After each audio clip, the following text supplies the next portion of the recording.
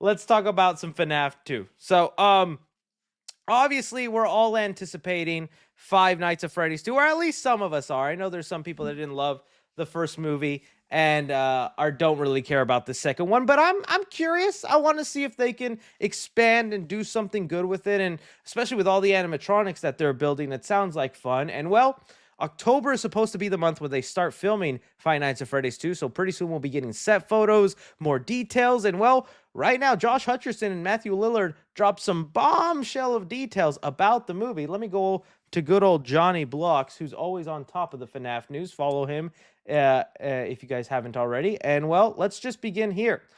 This is what Josh Hutcherson had to say about the second movie, so let's read into it. He said, "It's much bigger. The stakes are higher. There are more animatronics being brought in, different animatronics being brought in, and the world just opens up in a big way. I think the fans are going to flip for it. It's going to be a lot of fun with the source. It's going to be scarier too, actually." Okay, so let's start off with there. There's still so much more that they reveal, and Matthew Lillard has some stuff to say too, but okay.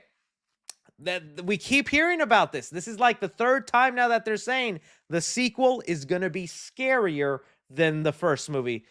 Lord, please almighty, let's do that. I don't think there was a lot of scary stuff in that first movie. A lot of it was kind of not childish, but a little like goofy, building the forts and stuff. Although I know that's fully in character for the animatronics. I don't think it's what general audiences were expecting when they thought these animatronics were killer robots, that they would be building a fort. So the fact that they're going to lean into scarier stuff, I think that's awesome. Hopefully that's more when it comes to the yellow rabbit of Five Night of the FNAF movie, which of course we're talking about William Afton, because that's when it actually got scary. Those like 5 minutes of like him in the suit moving about and laughing and kicking people. Like, dude, we need more yellow rabbit sequences. So that's what I'm hoping for. But he also talks about there's going to be more animatronics, and we know that's definitely coming because when we were looking at some of the behind the scenes, let me see, FNAF 2 set photos, I guess is what we would have to call it. They were teasing them all last month, I guess, for the anniversary of Five Nights at Freddy's. And yeah, we're going to have animatronics like Mangle, which is like this Freddy head looking with like all these different arms. That's going to be a crazy one to see come to life. We're going to have withered animatronics. So let me look up FNAF 2. Withered animatronics. My Google will correct me.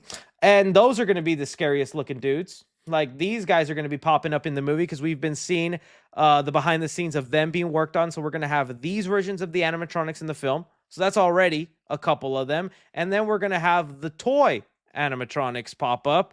And that's that's literally going to be about like what, 10? Maybe more, 12 animatronics thrown into the movie. I'm kind of more curious for how these guys are going to look. If they're going to have that plasticky sheen to it, or they're going to have some fur attached. It's going to be awesome that there's that many. And here's the Mangle animatronic I was talking about, and the puppet, and Balloon Boy coming back, and Chica being in there. Don't let the jerk around her, I'll tell you that. But that sounds all cool. Let's see if they keep that promise about it being scarier. I'd like to think so, but then there's other things they say that make me go, how scary are you really going to make it? Then he continues on here about him returning after Five Nights at Freddy's 2. And Josh Hutcherson says, "You never know. I mean, I love working in this world. Emma Tammy, our director, is phenomenal. And with my character, Mike, I think the possibilities are endless. This could have a very potential long run, and it could be a lot of fun. But at this point, we're focusing on the second movie. We'll see what comes after that." I'm gonna be honest with you guys. If the money for the second movie is close to as successful as the first movie, we're not getting 3 films. Blumhouse is gonna milk this puppy and try to get 5, 6 movies out of it. And hey, if they're good, bring it on. If they continue to be kind of and half good, half not, then I don't know if I want it. But Mike Hutcherson, I just said Mike Hutcherson, Josh Hutcherson being part of it. Yeah, keep him on. He's a great face to have. People love him. I enjoy him. I know Mike's stories in the game doesn't go that far, and it has like an end point to it. And like at some point, he's like a freaking zombie walking around. You don't have to go that far with it, but I think having him as a general protagonist throughout the series could be really good. So yeah, he's for sure going to be part of the third movie. When they go to 4 and 5, it'd be great to still have him be along for the ride, but we'll see. So he's like, yeah, after the second one, I could maybe come back. I think he's definitely, but that's just playing coy about whether he'll do more. And yeah, there's also prequels. You're right. You know, the prequels confirmed. I don't know if they're confirmed, but they could do prequels. Like, I would love to see a prequel of William Afton just opening the restaurant, putting on the yellow rabbit suit for the first time, and taking his first little victims. That could be very creepy to see. So there was that. Then I believe the next comments were made by Matthew Lillard. This is where he talks about the second movie. He says here, I think the filmmakers have done a great job of learning from the first movie of what fans want, and I think they're giving a lot more of that. It's going to be more exciting, and I think it's going to have more action. Oh, that's good to know. It's going to have a lot of character development stuff. It's hard to kiss around it. I think the story ends, and this movie ends in a really exciting way. Oh, I actually hadn't read that comment from him yet. So, all right, already teasing the satisfying ending of this movie and the way it's probably continuing to set up where the third movie goes. So this will probably be the Empire Strikes Back of the FNAF universe. And bring it on, baby. That sounds fun. And with Josh Hutcherson teasing, I don't know if I'll be back for the second movie. Would not be surprised if it's a mystery if he dies or lives by the end of this film. Maybe they'd play into something like that. But okay, it's good to know, he says, they listen to the fans. They know what they liked about the first one, and we're going to give them more in that second movie. So he also talks about more action. I do think that's something that was lacking in the first movie. It felt a little slow-paced. I think it's hard on rewatch because not a lot of things kind of happen in between a lot of the scare moments, So having more of that thrown in there, I like that. More character development. Yes, baby. Definitely need that on William Afton's part because guy just shows up in the beginning and then he shows up at the end. I would like there to be more development on William Afton's part and probably the other characters as well. But yeah, he's saying here it's hard to kiss around it. I think the story ends and this movie ends in a really exciting way. Woo-hoo-hoo. So that's fun. Let's see. I don't want to get all our hopes up. But then here's the last thing he says that I was like, okay then. Well, taming my expectations for now, but I'm not really surprised.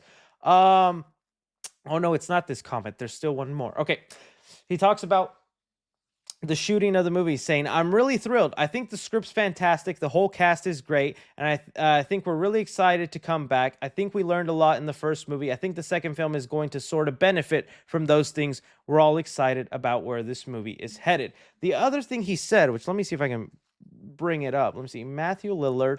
He confirms that don't expect the movie to change its rating for the next movie. Let's see here if I can find the exact quote. Yep. It was said here, he said it in a Fangoria article. Matthew Lillard says, one thing the actor confirmed was that, like the first film, the sequel would be PG-13 rather than a hard R rating. Yeah, guys, after the first movie made all that kind of money and it was still released on streaming the same day, ain't no way you guys were ever going to get an R rating of this movie. We knew it would always be PG-13, and I always felt bad for the fans that held out hope and were like, Chris, no, it's going to be like the Megan movie where they released it PG-13 in theaters, but then we got the R-rated cut on Peacock. Well, the cock came and went, and you never got that R-rated cut of the first FNAF movie, did you? I don't think they're going to do that this time and waste the time of doing that, so it's still going to be PG-13. I'm fine with it if they play more into like pushing the boundaries. There's other PG-13 movies that have been released. Like I think about, not a great movie, I will admit, but this is one that recently came out that I don't know if you guys saw, Tarot. It was about the horoscope cards that kill you. It's PG-13, but I think the kills in this movie for PG-13 are actually pretty nice. There's like one scene involving a character that gets like crushed by a ladder, and you just see off screen the ladder repeatedly blood splatter. Like there's enough sound effects and left enough to the imagination where the kill is actually leaving something. There's another scene in this movie where a character is like being cut in half through a magic trick, and that also not showing a lot of blood and guts, but through sound effects and acting of the performers, it gives off a scary vibe. So there's a lot they can do with these PG-13 kills. I just need them to push those limits and not just kind of be a lot of off-screen stuff or characters yelling from afar, because that's always kind of annoying, right? So, yeah, no PG, no rated R, but FNAF 2, it's happening, it's coming to us. Again, I'm curious if they're gonna live up to it being scarier than the first, and how many fans return. What was the box office again of the first movie? FNAF 1 box office. It made that's pretty good. 297 million on a $25 million budget. That's a great return on their investment. I'd like to know if they can come close to that, if they hit 200 million again, or if they're going to land somewhere more in the 150 range. Because there's a lot of people who were vocal about not loving this movie. Let me see what's like the audience score on this one.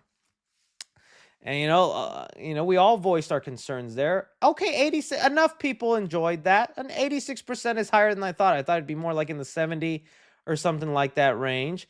Stuff reviews like this. If you know the lore of the games, it's probably quite good. I'm not a gamer at all and found this film a muddled mess. Absolute crap. The soundtrack is the only redeeming feature. Dude, that soundtrack, the score was awesome.